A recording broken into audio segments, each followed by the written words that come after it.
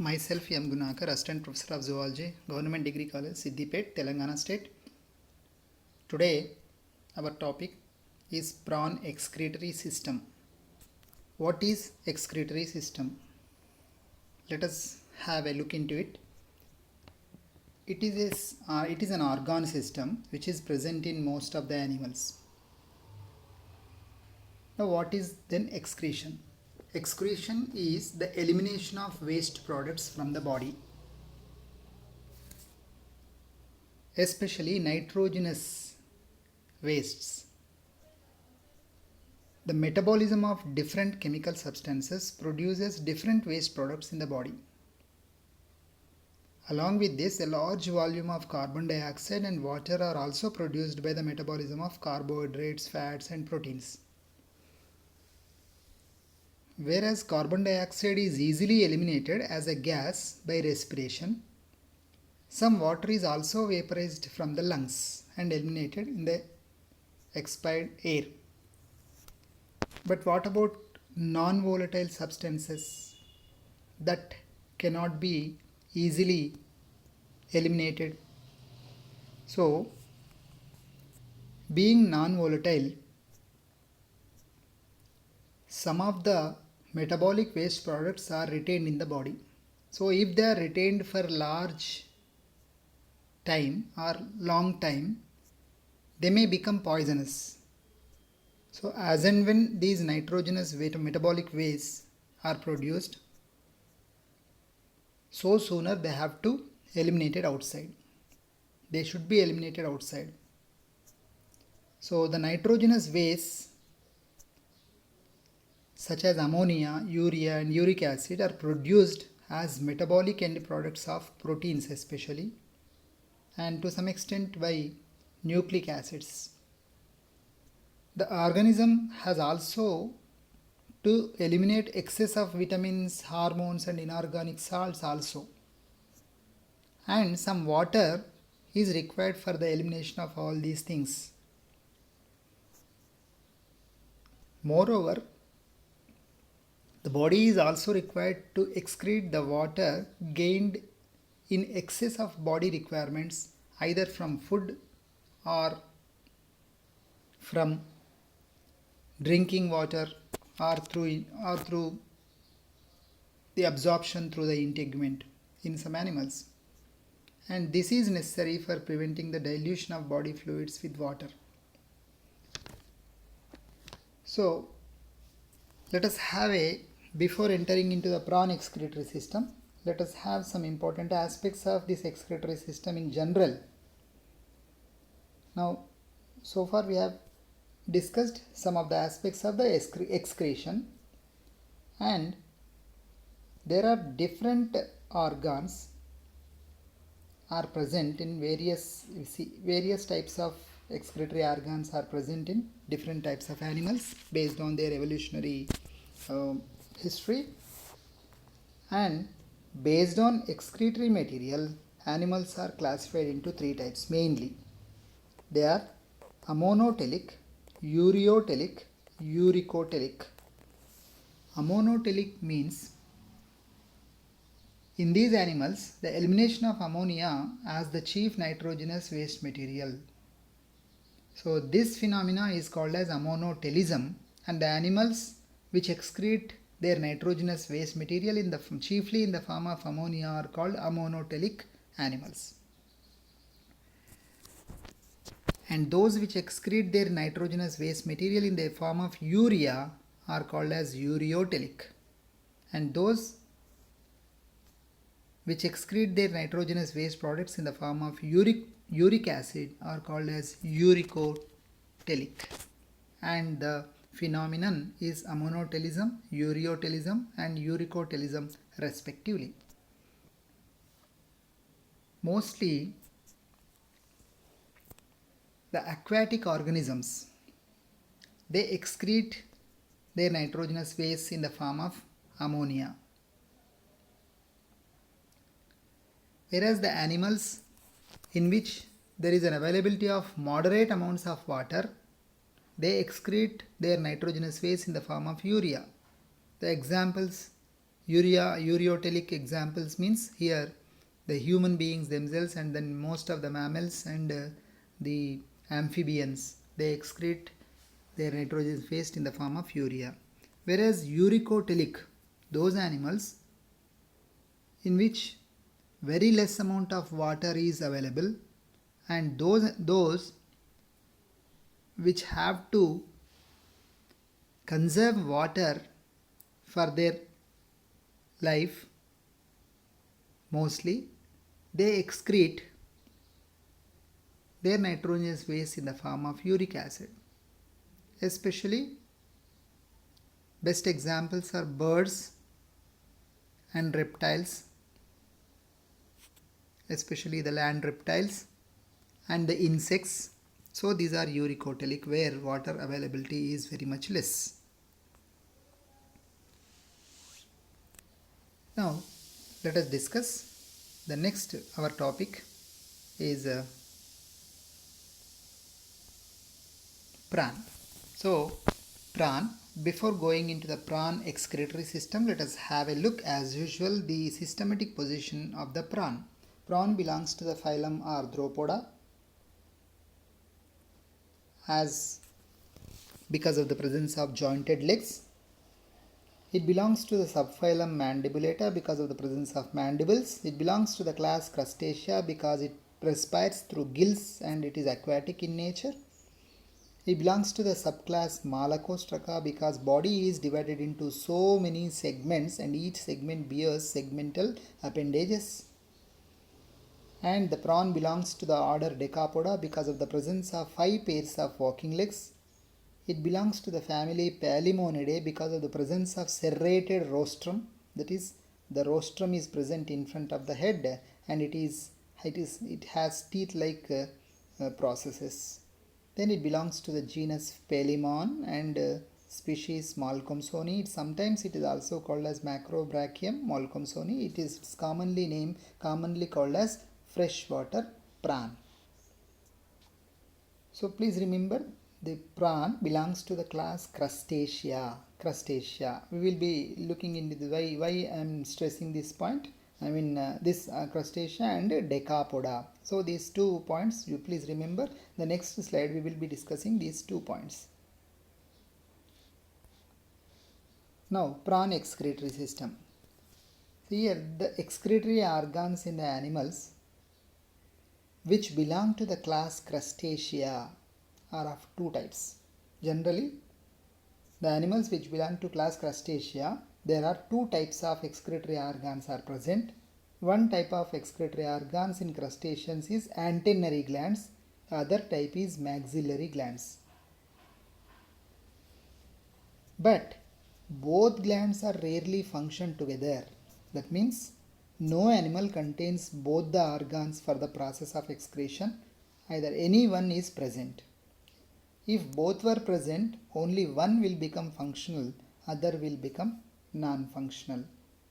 But generally, one succeeds the other.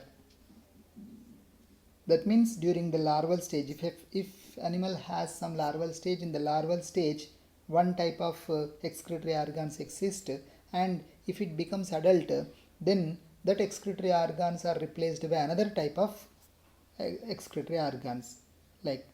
So generally, in the crustaceans and in other arthropods, generally the antenary glands function in the larvae, while maxillary glands, they function in the adults as excretory organs. But what happens? What is the specialty of certain animals which belong to Decapoda? Please concentrate.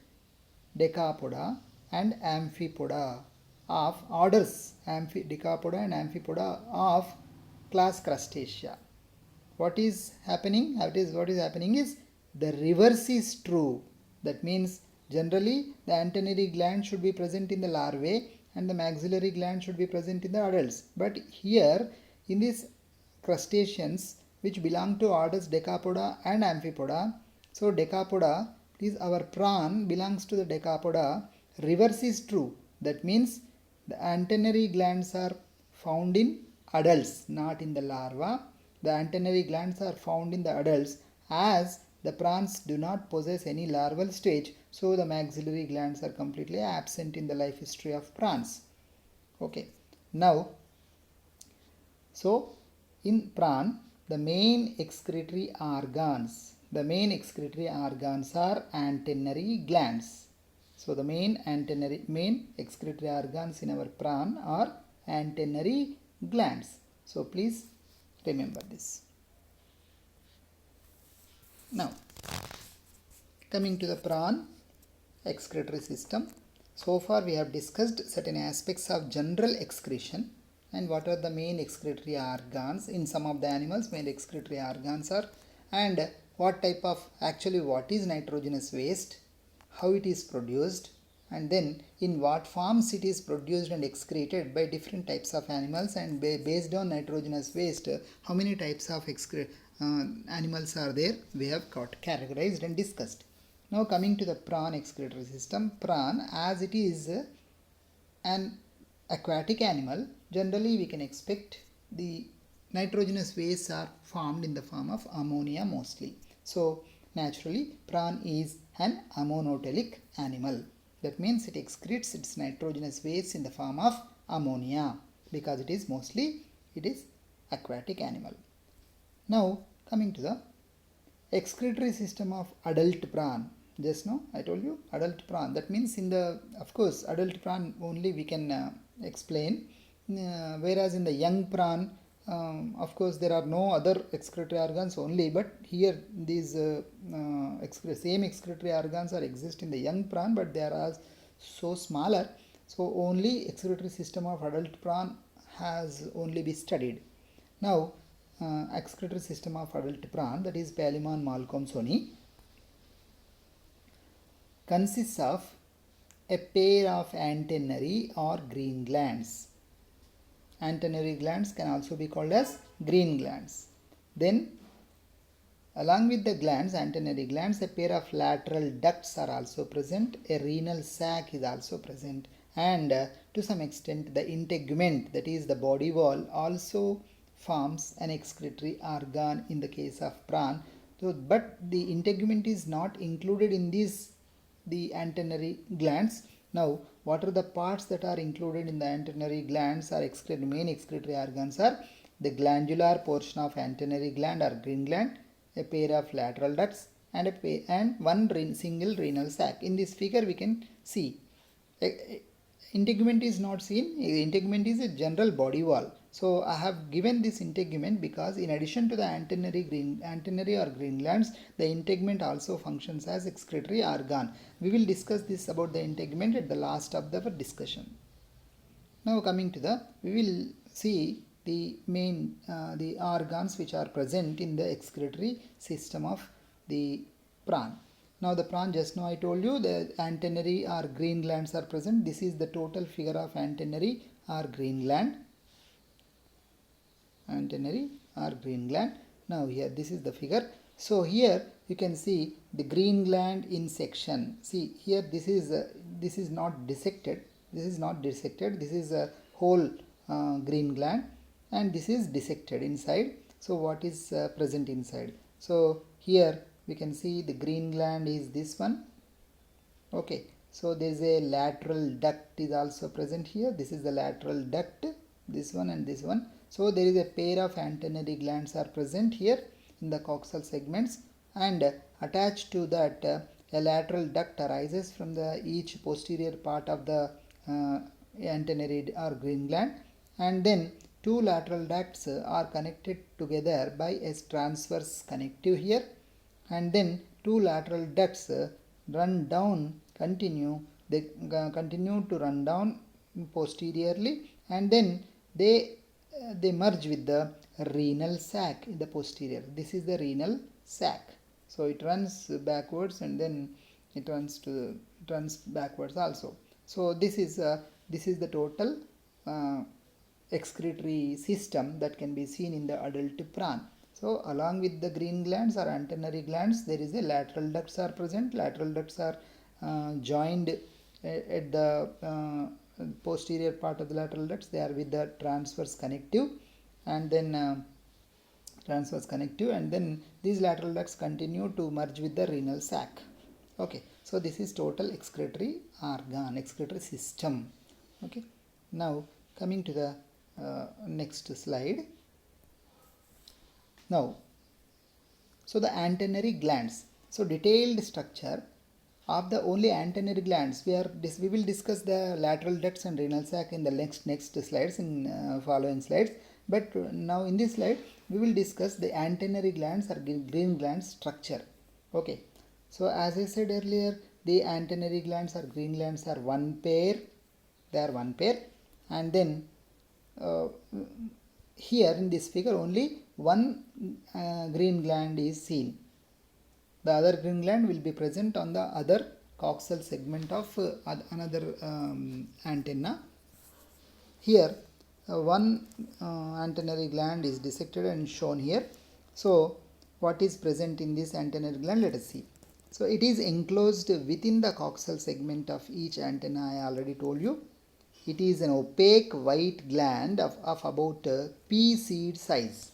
So the figure is colored due to for our convenience, but actually it is a white gland of about, what is the size of the antenary gland is actually, it is a pea size, size of a pea seed. Now you can imagine how small it is. Then it consists of three parts. Mainly each green gland consists of three parts. What are they? End sac. Here you can see the end sac. So this is the end sac, this is the end sac, blue color. This is the end sac, and next one is the labyrinth. So this is the labyrinth. So this total structure is called labyrinth. And then bladder. So what is bladder? The wall of the bladder, you can see here. This is the wall of the bladder. So the bladder will be like this, here, like this. It will be looking like this, and it will be having a small duct, urinary bladder duct or ureter, which opens outside through urinary aperture, excretory aperture, like this. So this will be like this. So this is the wall of the bladder. Okay, this is the labyrinth. Okay, and this is the end sac and the bladder. Three parts, right? Inside of which, what is the inside present in the labyrinth as well as in the end sac? Let us see in the next figure, in the next slide. Now, just now I told you in the before slide we have seen what are the actual antenary gland contains three parts: the end sac, the labyrinth, and as well as the bladder. So here you can see what is inside, what is the structure inside. So the first of all, let's have end sac. In the end sac, I told you this is the end sac, right? So this is the end sac. Now let us have a detailed structure of the antenary gland, the interior structure of the antenary gland. So as I said earlier, the one antenary gland is enclosed within the coxal podomere or segment of each antenna. It is an opaque white gland, and its size is like that of the pea seed, and comprises three parts: end sac, labyrinth, and bladder. The bean-shaped end sac is the smallest part. Now you can just see here, among these three parts, bladder and labyrinth and end sac, end sac is the smallest one. And internally its cavity contains a large blood lacuna. Now you can see here blood lacuna. So this is the blood lacuna. This is the blood lacuna. Its wall is made of two layers. So the wall of the end sac is made of two layers.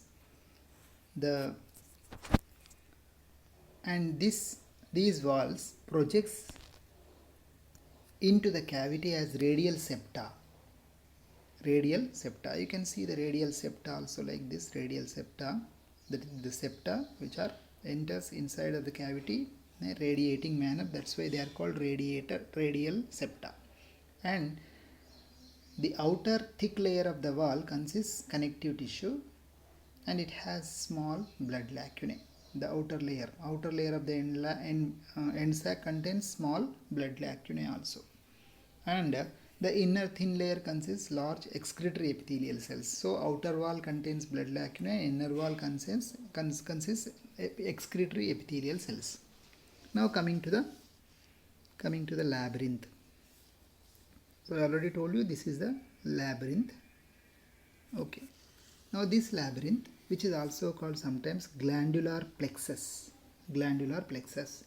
is larger than the end sac, and it lies on its outer side. And this consists of numerous or many branching and convoluted, that means coiled excretory tubules.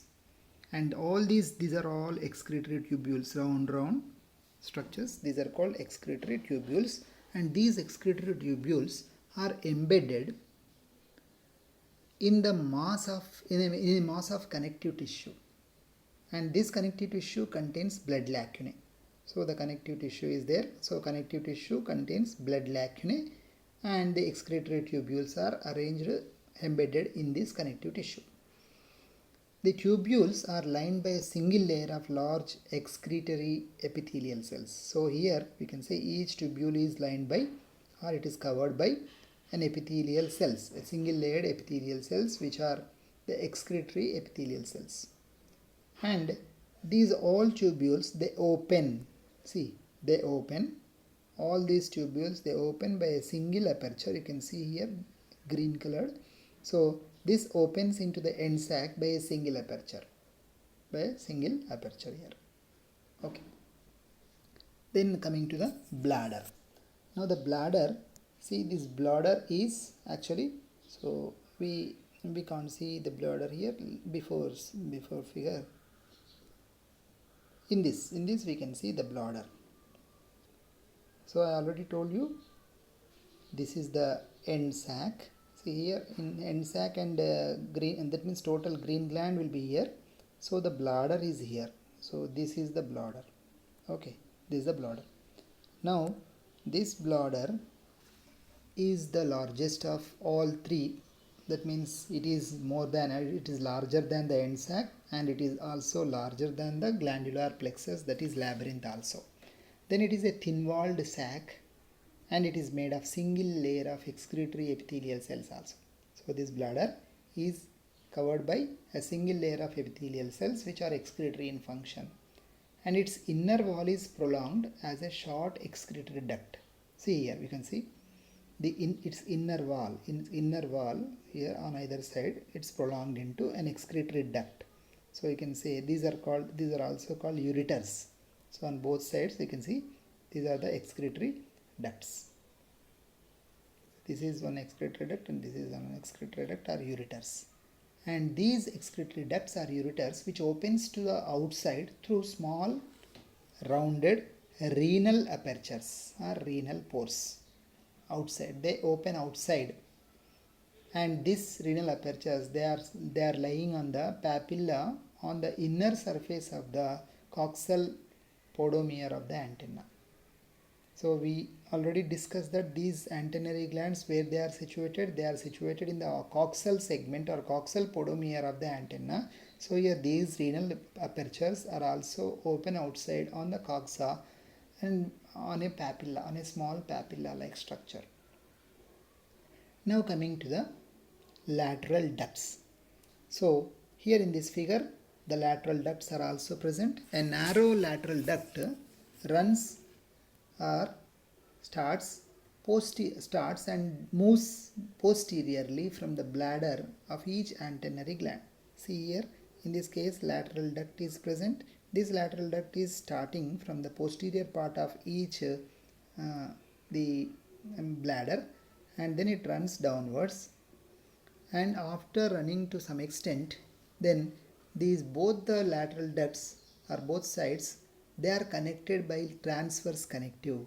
See, these are connected by, this is the transverse connective. They are connected by transverse connective, and in front, this is in front of the brain. Here in this gap, there is a brain will be there. So in front of the brain, the transverse connective will be present, which joins the two lateral ducts coming from the two different two bladders.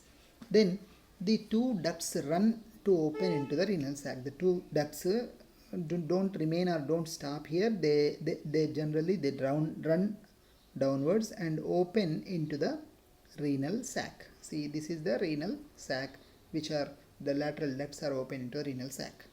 Now coming to the renal sac. So what is renal sac? So this renal sac is a large thin-walled sac. This total structure is called renal sac. So this is a large thin-walled sac lying above the cardiac stomach and just beneath the carapace of the carapace, and it extends posteriorly up to the gonads also, up to the gonads. Okay, and then its wall is made up of a single layer of excretory epithelial cells which are almost flat. Then this is the structural point of view, total excretory organs. Now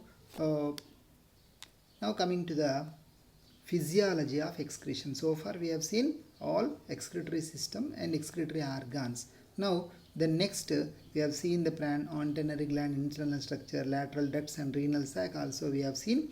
So then next one is here physiology of excretion.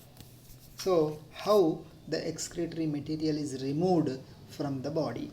Now as we discussed, the antenary glands, they can able to extract nitrogenous waste products and excess water from the blood, because just now we have seen the blood lacunae are present throughout, are supplied heavily into the bladder as well as the labyrinth. So that's why when blood flows into the antenary glands, then the nitrogenous waste products will be extracted from the blood and then absorbed as we have seen many epithelial layers are excretory in function. All these epithelial layers of the excretory tubules, they extract the nitrogenous waste products from the blood. And as we can recollect this, as the kidney of vertebrates do the same function, the same way these also they extract the nitrogenous waste from the blood. The end sac excretes the compounds of ammonia, but uric acid and other nitrogenous waste products are also excreted in some extent, to some extent by other parts of the body. Mainly end sac excretes ammonia in large amounts. So that's why the prawn primarily is considered as ammonotelic only. So this end sac excretes compounds of ammonia, but uric acid and other forms in small quantity are also excreted by other parts, that is other parts. Now coming to the then where this excretory fluid is present. This excretory fluid passes into the labyrinth. From the end sac it passes into the labyrinth where the absorption of useful material takes place. Generally this in this excretory fluid, when the excretory material is absorbed from the extracted from the blood, some amount of useful material, some vitamins, some nutrients, some some other salts, useful salts which are helpful for the body are also extracted into the end sac as a excretory fluid. So in this excretory fluid some of the useful material is also present. When this excretory fluid passes into the labyrinth, then reabsorption of useful material takes place in the labyrinth, and remaining urine or which is a waste product which is not at all useful for the body, and that will be passes into the bladder.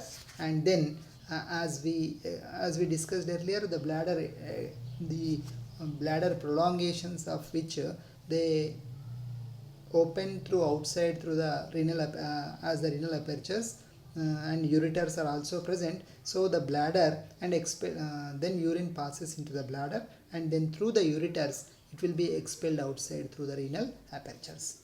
Then so we have discussed some topic here in this when we discuss this antenary or green glands about the integument. So what is the specialty of this integument of this prawn is integument of the prawn is a non-living chitinous substance which is made up of non-living chitinous substance which is a non-living thing.